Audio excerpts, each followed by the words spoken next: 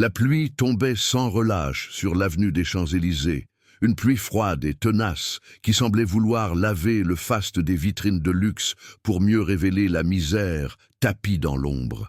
Les lumières des boutiques et des immeubles haussmanniens se reflétaient sur le bitume détrempé, créant une mosaïque de couleurs froides et impersonnelles. Était une nuit parisienne typique, où le balai des parapluies coûteux et des cadres pressés ignorait superbement les silhouettes recroquevillées sous les porches. Le bruit de la circulation dense se mêlait aux clapotis incessants de l'eau, composant une symphonie urbaine d'indifférence et d'isolement. Dans cette atmosphère, la richesse et le pouvoir affichés par l'architecture rendaient l'abandon des trottoirs encore plus brutal, un contraste violent entre deux mondes qui se frôlaient sans jamais se voir, séparés par une barrière invisible mais infranchissable. Près de la prestigieuse faculté de médecine, deux agents de sécurité vidaient sans ménagement le contenu d'une benne remplie de débris provenant de la rénovation de la bibliothèque. Au milieu des gravats et de la poussière, un homme se tenait courbé, les mains fouillant les détritus avec une urgence fébrile. Était Pascal, un visage creusé par les années de rue, mais dont les yeux brillaient d'une intelligence vive. Il ne cherchait ni nourriture, ni objet de valeur. Il sauvait de gros livres anciens, les serrant contre sa poitrine comme des trésors. L'un des agents, d'un geste méprisant, tenta de lui arracher son butin. « Laissez ça, ce ne sont que de vieux papiers inutiles », lança-t-il d'une voix lasse. Dans la bousculade, l'un des ouvrages les plus lourds lui échappa des mains et tomba avec un bruit sourd et humide sur le sol mouillé, s'ouvrant sur des pages qui se mirent aussitôt à boire l'eau sale du trottoir. De l'intérieur de sa berline avec chauffeur, à l'abri du froid et de la pluie, le docteur Alain Lambert observait la scène avec une lassitude cynique. À 62 ans, doyen de la faculté et chirurgien de renom, il avait l'habitude de ce genre de spectacle désolant, une simple note discordante dans sa vie parfaitement orchestrée. Mais lorsque le livre tomba, son regard fut attiré par la couverture en cuir usé. Il reconnut instantanément le titre gravé en lettres d'or ternies, une vieille édition du Traité de physiologie médicale de Guyton and Hall. Ce N était pas n'importe quel livre. Était son livre, celui qui avait nourri ses nuits d'études, celui qui lui avait ouvert les portes de son rêve de jeunesse. Voir cet ouvrage sacré, symbole de sa vocation perdue, traité comme un déchet et sauvé par un homme que la société considérait elle-même comme un déchet, provoqua une fissure dans son armure. L'image du jeune idéaliste qu'il avait été lui revint en pleine figure. Sans un mot pour son chauffeur stupéfait, Alain ouvrit la portière et sortit sous l'averse. La pluie glaciale s'abattit sur son costume de créateur, mais il ne la sentit pas. Il s'approcha lentement, ses chaussures italiennes foulant les flaques d'eau. Les agents de sécurité se figèrent en le reconnaissant. Il ignora leur salut embarrassé et fixa Pascal, qui tentait de sécher les pages souillées avec ses manches usées. Alain ne voyait plus un sans-abri, mais un gardien improbable de sa propre histoire. Il se pencha légèrement, non pas avec pitié, mais avec une curiosité soudaine et brûlante qui le surprenait lui-même. Il ne lui proposa ni argent, ni aide. Il posa la seule question qui comptait. « Vous savez ce qu'il y a dans ces pages ? Parfois, une seule question peut réécrire deux destins. C'est pour partager la puissance de ces moments que votre soutien est si précieux. En vous abonnant, vous nous permettez de continuer à donner une voix à ces récits qui, autrement, resteraient silencieux. » Le regard de Pascal se leva du livre souillé, rencontrant celui d'Alain sans la moindre trace de soumission ou de peur. Il y avait une clarté dans ses yeux qui démentait son apparence. D'une voix rauque mais posée, il répondit, non pas directement à la question, mais en citant de mémoire une phrase complexe du livre ouvert à ses pieds. L'unité fonctionnelle du rein est le néphron, et sa capacité à filtrer le plasma sanguin dépend principalement de la pression hydrostatique glomérulaire, un équilibre délicat que le corps régule avec une précision fascinante. La précision de la citation, le choix des termes techniques, tout cela frappa Alain avec la force d'une révélation. Cela n'était pas le bredouillement d'un homme répétant des mots sans les comprendre. C était la déclaration d'un esprit qui avait non seulement lu, mais assimilé une connaissance profonde et complexe.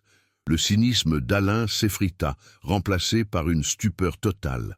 Sans réfléchir davantage, mu par une impulsion qu'il n'avait pas ressentie depuis des décennies, Alain fit un geste en direction d'un petit bistrot dont la lumière chaude perçait la nuit pluvieuse. « Venez prendre un café avec moi. » Son chauffeur, resté près de la voiture, ouvrit de grands yeux, tout comme les agents de sécurité qui semblaient pétrifiés. Pascal hésita un instant, puis acquiesça d'un signe de tête, rassemblant précieusement ses livres sauvés des eaux. Quelques minutes plus tard, ils étaient assis l'un en face de l'autre, à une petite table en bois, une tasse fumante entre eux. Le contraste était saisissant. Le costume sur mesure d'Alain, à peine humide, et les vêtements élimés de Pascal, dégageant une odeur de pluie et de misère. Pour la première fois depuis une éternité, Alain ne voyait pas un statut social, mais simplement un homme, et il se mit à écouter, vraiment écouter. Pascal raconta son histoire sans apitoiement, d'une voix neutre qui rendait le récit encore plus poignant. Il avait été architecte, un homme de talent avec sa propre agence, une famille, une vie construite brique par brique. Puis une mauvaise décision financière, suivie d'une récession brutale, avait tout emporté. Le divorce, la perte de sa maison, puis la dépression qui l'avait lentement aspiré, le coupant de ses derniers liens sociaux jusqu'à ce que la rue devienne sa seule réalité. Il ne se plaignait pas, il constatait. Dans sa chute, il avait découvert que les poubelles des quartiers riches rejetaient parfois des trésors, des livres, la philosophie, l'histoire et surtout la science. La médecine, avec sa logique implacable et son humanité intrinsèque, était devenue une obsession, une façon de comprendre la machine la plus complexe de toutes, le corps humain, alors que sa propre vie était en panne. Alain écoutait, fasciné. Dans la passion de Pascal pour la connaissance pure, il retrouvait l'écho assourdi de sa propre jeunesse. Il se revoyait étudiant des nuits entières, non pas pour la carrière ou le prestige, mais pour le simple frisson de comprendre les secrets de la vie. Cette flamme, qu'il croyait éteinte sous des couches de bureaucratie et de cynisme, se ranimait au contact de cet homme improbable. Une décision folle, irrationnelle, mais absolument nécessaire, germa dans son esprit. Il ne lui offrirait pas l'aumône, ni un abri pour la nuit. Il lui offrirait la seule chose qui avait encore du sens. Le concours d'entrée en première année de médecine a lieu dans 6 mois. Je vous donne un accès illimité à la bibliothèque et je serai votre tuteur. Si vous travaillez, vous avez une chance. L'arrivée de Pascal à l'université fut un choc silencieux mais violent. Alain lui avait trouvé une petite chambre de bonne et des vêtements d'occasion. Mais rien ne pouvait masquer le fossé qui le séparait des autres étudiants. Ces jeunes gens, issus pour la plupart de familles aisées, le dévisageaient avec un mélange de curiosité et de mépris. On chuchotait dans les couloirs, on le montrait du doigt à la bibliothèque. Il était le protégé du doyen, une anomalie, une bête de foire. Pascal encaissait en silence, le visage fermé, se réfugiant derrière d'immenses piles de livres comme derrière une forteresse. Chaque regard était une piqûre, lui rappelant constamment qu'il n'était pas à sa place, qu'il était un imposteur dans ce temple du savoir réservé à une élite dont il ne ferait jamais partie. La solitude était plus pesante ici, au milieu de la foule, que sous son ancien pont. La nouvelle parvint rapidement au conseil d'administration et la réaction fut glaciale. Alain fut convoqué pour une réunion d'urgence. Assis face à une rangée de visages sévères, il dut écouter un sermon sur l'image de l'institution, le prestige, les dons des anciens élèves et les risques d'un scandale médiatique. « Alain, nous comprenons votre élan de générosité, mais c'est une folie, » lui dit le président du conseil. « Cet homme est une bombe à retardement pour notre réputation. » Alain resta calme, son cynisme habituel étant muet en une détermination de fer. Il ne plaida pas la cause humanitaire. Il cita froidement les statuts de l'université. Sa mission fondatrice d'offrir une chance à tous les esprits brillants, indépendamment de leur origine. Il transforma le débat en une question de principe, les forçant à se retrancher derrière leur propre hypocrisie. Ils cédèrent, mais la menace était claire. Pour Pascal, la bataille la plus dure se livrait chaque jour face aux pages des manuels. Il devait rattraper des années de retard en chimie, en biologie, en physique. Le langage académique était un code à déchiffrer. Le rythme des cours préparatoires était effréné. Il passait ses nuits à la lumière d'une simple lampe de bureau, dans la petite chambre qu'Alain lui avait louée, luttant contre le sommeil et le découragement. Les formules mathématiques dansaient devant ses yeux fatigués. Les concepts biologiques complexes lui semblaient des montagnes insurmontables. Le doute s'infiltrait dans son esprit comme un poison lent. Avait-il vraiment sa place ici ? N'était-il pas simplement en train de jouer un rôle dans le fantasme d'un homme riche et désabusé ?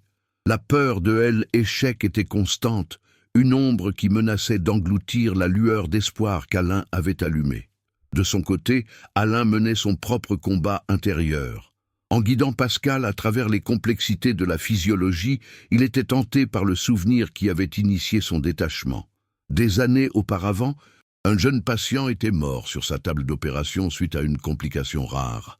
Alain était toujours reproché de ne pas avoir décelé un signe avant-coureur, une minuscule anomalie qu'un médecin plus attentif, moins arrogant, aurait peut-être vue.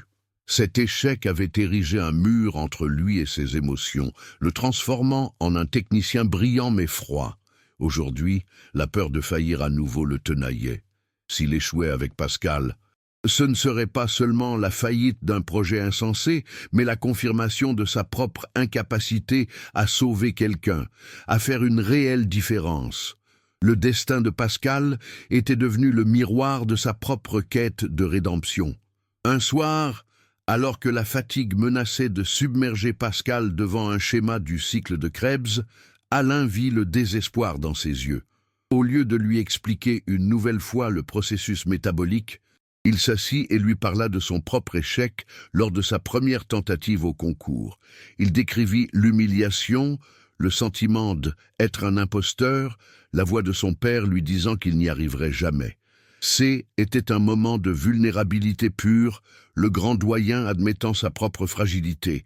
Ce partage inattendu brisa la glace. Pascal comprit qu'il n'était pas seul dans sa lutte. C'est pour donner vie à ces instants de connexion humaine que nous avons besoin de vous. En vous abonnant, vous nous aidez à continuer de raconter ces histoires où un simple geste de confiance peut changer un destin. Cette trêve fut cependant de courte durée. L'hostilité latente se manifesta de la manière la plus cruelle qui soit. Durant un cours préparatoire bondé, le professeur Dubois, un homme connu pour son élitisme et sa langue acérée, décida de faire de Pascal un exemple.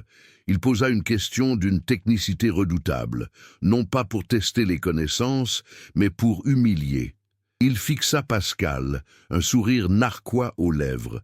« Monsieur Dubois, puisque vous semblez si passionné par la science, éclairez-nous donc. » Un silence de mort tomba sur l'amphithéâtre. Tous les regards se tournèrent vers Pascal. Il se leva, balbutia quelques mots incohérents, le cerveau paralysé par la pression et la honte. Le professeur le laissa mariner dans ce silence insoutenable avant de conclure d'un ton méprisant, comme je le pensais. La passion ne remplace pas les années d'études. L'humiliation fut totale et dévastatrice. Pascal quitta l'amphithéâtre sous les ricanements étouffés, le visage en feu. Il avait l'impression que tout le monde pouvait voir à travers lui, voir l'homme du trottoir qui prétendait être l'un des leurs. Cet incident confirmait sa plus grande peur. Il n'était qu'une fraude. Il se terra dans sa chambre, évitant Alain, trop honteux pour affronter son regard. Il ne répondait plus à ses appels. Le mentorat, qui avait été une source d'espoir, devenait une source de pression insupportable. Il se sentait comme une déception ambulante, un projet raté qui avait mis son bienfaiteur dans une position délicate. Le poids du jugement des autres était devenu plus lourd que le poids des livres qu'il devait encore étudier. La flamme, si difficilement ravivée, vacillait dangereusement, menaçant de s'éteindre pour de bon. Le coup de grâce arriva quelques semaines plus tard. avec les résultats du premier examen blanc. Pascal avait travaillé sans relâche, sacrifiant son sommeil, poussant son esprit jusqu'à ses limites. Il avait espéré, malgré tout, un résultat encourageant. Une petite preuve que ses efforts payaient. Mais le score imprimé sur la feuille fut brutal, bien en dessous de la moyenne requise pour ne serait-ce qu'espérer. C était un verdict froid et mathématique, une condamnation sans appel. Chaque chiffre semblait lui crier au visage qu'il était un imposteur, que le professeur Dubois avait raison. Ce soir-là, assis seul dans sa chambre, il regarda la pile de traités de médecine. Ces livres, qui avaient été des trésors, des portes vers un autre monde, lui apparaissaient maintenant comme des monuments à son échec. Ils étaient trop lourds, trop savants, trop inaccessibles. Ils appartenaient à un univers qui ne serait jamais le sien. Le silence dans la petite chambre de Bonne était assourdissant. Alain Lambert se tenait au milieu de la pièce, le cœur battant à contretemps. Les livres, ces mêmes volumes que Pascal avait sauvés de la benne à ordures, étaient soigneusement empilés sur le bureau, comme un mémorial à un rêve abandonné. Il n'y avait aucune note, aucun mot d'adieu, juste ce vide et l'odeur persistante du papier ancien et du désespoir. Une panique froide s'empara du doyen, une peur familière qui le ramena des années en arrière, dans une salle d'opération où une vie lui avait glissé entre les doigts. Il avait encore échoué. Cet homme, en qui il avait placé un espoir insensé, avait disparu, englouti par la honte et le poids d'un monde qui n'avait jamais voulu de lui. La recherche commença, frénétique, une course contre son propre sentiment d'impuissance qui le rongeait de l'intérieur. Pendant des jours, Alain a arpenté Paris, délaissant ses obligations, son chauffeur le suivant comme une ombre inquiète. Il a visité les foyers, les soupes populaires, les bibliothèques de quartier, posant des questions maladroites, montrant une photo prise à la dérobée. Chaque réponse négative était un coup de plus porté à sa détermination. Finalement, guidé par une intuition funeste, il se gara près des quais de Seine, sous ce pont où la misère s'abritait du regard des autres, et il le vit. Recroquevillé sur un carton humide, Pascal N était plus qu'une silhouette brisée, le regard perdu dans les remous sombres du fleuve. Il avait retrouvé ses vieux vêtements, son ancienne armure contre un monde qu'il avait rejeté une fois de plus. Le feu qui avait brillé dans ses yeux ce soir de pluie était éteint, ne laissant que des cendres froides. Alain s'approcha lentement, le bruit de ses pas étouffé par le grondement sourd de la ville. Ignorant le froid et la saleté, Alain s'assit sur le béton à côté de Pascal. Il ne prononça aucune parole de reproche ou d'encouragement vide de sens. Au lieu de cela, il se mit à parler d'une voix basse, presque un murmure. Il raconta l'histoire de ce jeune patient, mort sur sa table il y a si longtemps. Il décrivit la spirale de cynisme dans laquelle cet échec l'avait plongé, comment il avait transformé sa vocation en une simple carrière, un jeu de pouvoir et de prestige. Il avoua comment, en voyant Pascal se battre pour la connaissance, une partie de lui qu'il croyait morte avait recommencé à respirer. Il n'avait pas seulement voulu sauver un homme de la rue, il avait désespérément cherché à se sauver lui-même de son propre vide intérieur, de la prison dorée qu'il s'était construite au fil des ans. Son regard, pour la première fois sans aucune barrière, rencontra celui de Pascal. « J'avais besoin de toi, Pascal, bien plus que tu n'as jamais eu besoin de moi, » dit-il, la voix brisée par une émotion qu'il ne cherchait plus à contenir. « Tu m'as rappelé pourquoi j'ai commencé tout ça. Si tu abandonnes maintenant, alors j'abandonne avec toi. » Ces mots, d'une vulnérabilité absolue, firent s'effondrer le mur de honte qui emprisonnait Pascal. Ce N était plus le doyen parlant à un sans-abri, mais un homme s'adressant à un autre, deux âmes à la dérive, se tendant la main dans l'obscurité. C'est pour capturer ces instants de vérité où l'humanité se révèle dans sa forme la plus pure que nous continuons ce travail. En vous abonnant, vous nous donnez les moyens de partager ces récits qui redonnent foi en la connexion humaine. Pascal ne répondit pas tout de suite.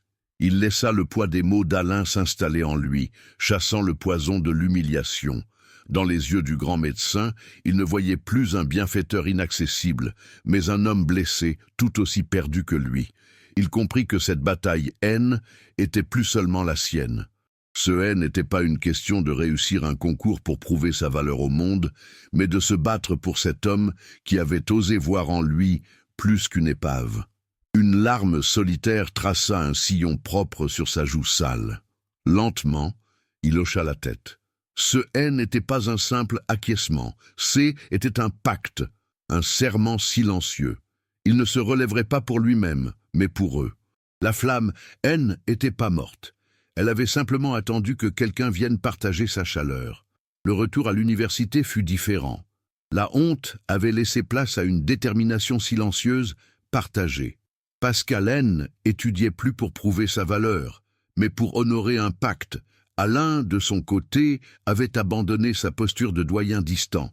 Il passait des soirées entières avec Pascal, non plus comme un tuteur, mais comme un camarade de tranchée, redécouvrant avec lui la beauté brute de la biochimie, la logique élégante de l'anatomie. Ils travaillaient ensemble, deux esprits unis contre un défi colossal. Les murmures dans les couloirs NES étaient patus, mais ils ne les atteignaient plus. Le jour des résultats, ils se tinrent côte à côte devant l'écran d'ordinateur dans le silence du bureau d'Alain. Le défilement de la liste semblait durer une éternité. Puis, un nom apparut. Dubois, Pascal. Il n'y eut ni cri de joie, ni effusion, juste un regard échangé, lourd de tout le chemin parcouru, et la main d'Alain qui se posa fermement sur l'épaule de Pascal.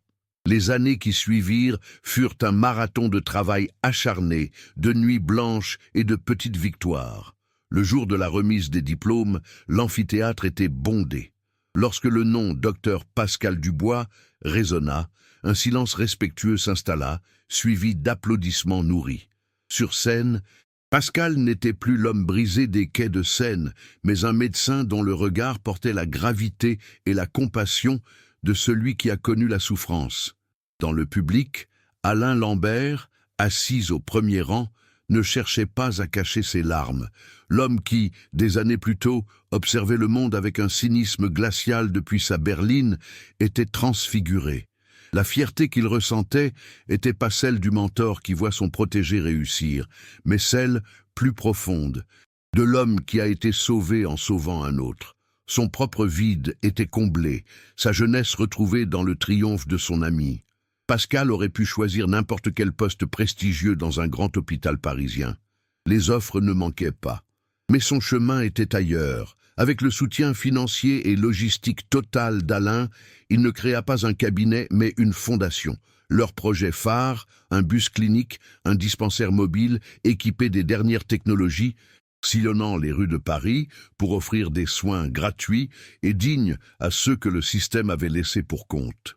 Alain, qui avait démissionné de son poste de doyen, y travaillait comme simple médecin bénévole plusieurs jours par semaine. Il avait troqué son costume de créateur pour une blouse blanche et son bureau luxueux pour l'espace exigu du bus. Pour la première fois depuis des décennies, il ne gérait plus des budgets ou des carrières. Il soignait des gens, retrouvant le sens premier de sa vocation au contact de ceux que la société avait rendus invisibles. 5 ans plus tard, le bus clinique était garé près de l'avenue des Champs-Élysées, à quelques mètres du lieu de leur première rencontre. À l'intérieur, le docteur Dubois formait une jeune étudiante, lui expliquant avec patience comment suturer une plaie.